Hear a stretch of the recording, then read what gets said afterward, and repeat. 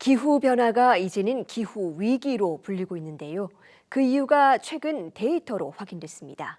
국제의학 학술지 렌시스에 따르면 지구온난화와 대기오염으로 해마다 수백만 명이 목숨을 잃고 있다고 하는데요. 먼저 영상 보고 오겠습니다.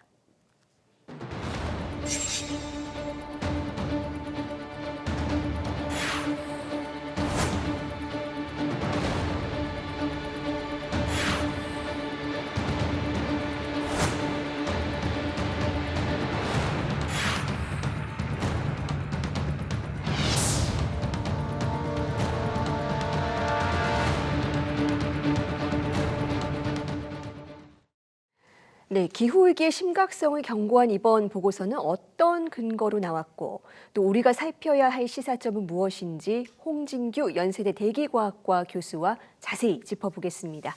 교수님 어서 오세요. 네, 앞서 영상에서 본 것처럼 이 90년대 이후에 폭염으로 인한 사망자 수가 굉장히 빠르게 늘고 있는 것 같습니다. 지금 연간 50만 명이 넘는다라는 결과가 나온 건데 어떻게 산출된 수치일까요? 네, 폭염이나 대기오염이 우리 건강에 미치는 영향을 직접적으로 평가하기는 쉽지 않습니다. 인체 대상 실험이 어렵기 때문인데요. 이때 많이 사용하는 방법이 초과 사망률을 계산해 보는 것입니다. 쉽게 말해서 평상시 기온에서 벗어난 더위가 사망자를 얼마나 초과 발생시켰는가를 통계적으로 계산하는 겁니다. 이번 연구에서는 최근 기온 상승이 건강에 미치는 악영향을 알아보기 위해 1990년대와 2012년에서 2021년을 비교해 폭염으로 인한 열사병과 같은 직접 사망자와 심혈관 및 호흡기 질환에 영향을 준 간접적 사망까지 포함해서 계산한 결과입니다. 그러니까 기준선은 1990년에서 1999년 평균 사망률이고 이후 2012년에서 2021년의 실제 사망자 수와 비교해 기온과 사망의 관계를 추정하여 초과 사망자를 계산했습니다. 이를 위해서 세계 각국의 일일 사망 자료와 기온 데이터를 이용했고 이 분석에 따라 연평균 사망자 수는 54만 6천 명으로 약 63% 증가했으며 10만 명당 사망률은 5.9명에서 7.2명으로 23% 증가했습니다. 네, 너무나 빠르게 증가하고 있네요. 또 이번 연구에서 이 화석 연료 사용으로 인한 대기오염 피해도 지적이 됐습니다. 연간 사망자가요, 무려 250만 명에 이른다는 추산도 나왔는데 이건 또 어떻게 산출이 된 걸까요? 네, 석탄이나 석유와 같은 화석 연료는 크게 두 가지 형태로 대기오염을 악화시킬 수 있습니다. 첫 번째는 온실가스가 지구 기온을 높이면 대기오염물 생성이 보다 활성화해 대기오염을 증가시키는 것입니다. 두 번째는 화석연료 사용은 온실가스뿐만 아니라 반드시 다양한 대기오염물을 배출시켜 대기오염을 악화시키는 것입니다. 이 과정에서 대기오염물이 직접 배출되기도 하고 2차 생성이라고 해서 다양한 기체 반응을 통해 초미세먼지나 오존을 생성하게 되어 우리 건강에 위협이 됩니다. 이번 연구에서는 국가별, 연료별, 부문별 배출량으로 대기오염 농도를 추정하고 우리가 이 오염물에 연간 어느 정도 노출되는지를 계산하였습니다. 이를 바탕으로 대기오염물이 조기 사망에 이르는 관계를 모델링하여 화석연료 사용에 따른 대기오염이 유발한 사망자를 추정했습니다. 이때 대기오염물의 종류, 질병 원인, 나이별로 서로 다른 피해 양상을 고려하도록 설계하였고 장기 노출 피해와 함께 산불 같은 극한 재난에 대한 단기간 피해도 추정하였습니다.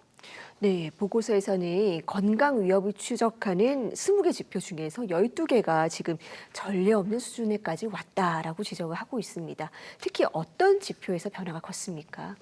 네, 기후위기로 인한 홍수, 산사태 등으로 인한 인명피해와 폭염으로 인한 사망 같은 직접 피해를 쉽게 떠올릴 것 같은데요. 그 외에도 광범위하게 우리에게 위험이 됩니다. 이 보고서에서 전례 없는 수준이란 최근에 최고 기록치에 도달한 위험 항목을 말하는데요. 폭염으로 인한 취약계층 위험성 증가, 노동 생산성 하락으로 인한 잠재적 경제 손실, 산불 연무로 인한 사망자 증가, 수면 방해, 정서적 악영향, 진드기 매개 질환 위험 등이 2024년에 걱정할 만한 수준의 전례 없는 기록을 갱신했음을 언급하고 있습니다. 네.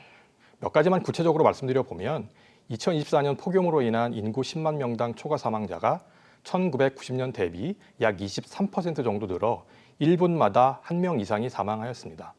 폭염에 의한 잠재적 소득 손실은 2024년 처음으로 약 1조 1천억 원 1조억 달러, 우리나라 돈으로 약 1,500조 원을 돌파하였습니다. 전체 공기오염 관련 사망자는 연간 850만 명이고 이 중 석탄이나 석유와 같은 화석연료 사용에 따른 대기오염에 의한 사망자는 2022년 기준으로 연간 252만 명이었습니다. 한 가지 다행인 것은 재생에너지 사용 증가 등으로 석탄 사용량이 감소하면서 연간 16만 명의 사망자를 줄이는 효과가 있다고 밝힌 점입니다. 네, 기후 위기로 인한 이 연쇄적인 파급 효과가 이렇게 큽니다. 설명하신 것처럼 이 보고서는 기후 위기로 인한 사망자뿐만 아니고 경제적인 손실도 계속 언급을 하고 있거든요. 그래서 이 곧 기후 위기에 대응하는 것은 비용이 아니고 편익이다 이렇게 설명하고 있는데 이건 경제학적으로 근거가 있는 주장인 걸까요? 네, 편익 분석은 대규모 사업 심사 등에서 사용되는 일반적이고 필요한 분석입니다. 예를 들어 철도를 건설할 때 비용이 들겠지만 지역 경제 활성화나 물류 비용 절감과 같이 건설로 인한 이득, 즉 편익이 있기 마련입니다.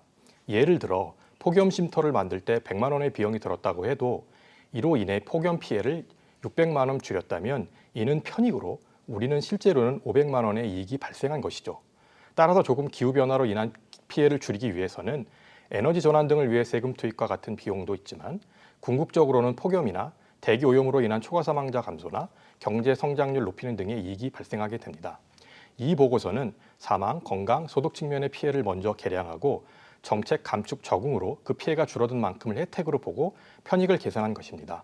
참고로 세계은행에 따르면 기후 적응을 위해 1달러를 투자하면 6달러의 이익이 발생한다고 보고했습니다.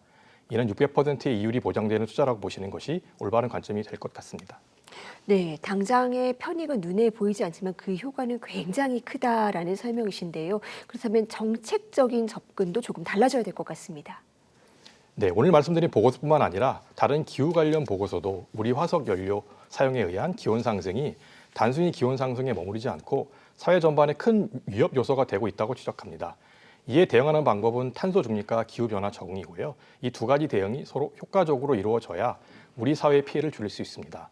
일견 쉬워 보이는 이런 대응은 사실 매우 어렵습니다. 그 이유는 사회 전체의 빠른 전환의 필요성, 전기세 인상, 세금 투입과 같은 비용 증가와 다양한 이해 당사자가 있기 때문입니다. 그래서 다양한 이해 당사자를 설득하고 사회적 합의를 끌어내는 일이 매우 중요하다고 할 수 있습니다. 다른 보고서처럼 재생에너지의 전환과 화석연료에 대한 세금 혜택과 보조금을 줄여 기후 위험을 줄이는 데 사용할 것을 권고하고 있습니다. 근거와 데이터에 기반해서 적절한 시기에 적절한 사람들에게 적절한 예산이 투입될 수 있도록 예산 투입의 우선순위 결정과 정책 결정에 참고하고 일반 국민의 정책 수용성을 높여 다양한 이해 당사자들의 합의를 이끌어내야 합니다. 개인의 노력도 중요하고 정부의 재정 정책, 법, 세제 지원 정비를 통해서 사회적 합의를 끌어내는 공정한 전환도 필요함을 지적하고 있습니다. 우리 사회의 편익을 위해서 말입니다. 네, 기후 위기는 더 이상 먼 미래의 문제가 아니고 바로 지금 우리의 건강과 생계를 위협하고 있는데요. 이제는 우리 사회가 어떤 전환을 준비해야 될지 데이터에 기반한 논의가 필요해 보입니다. 교수님 오늘 말씀 잘 들었습니다. 감사합니다. 감사합니다.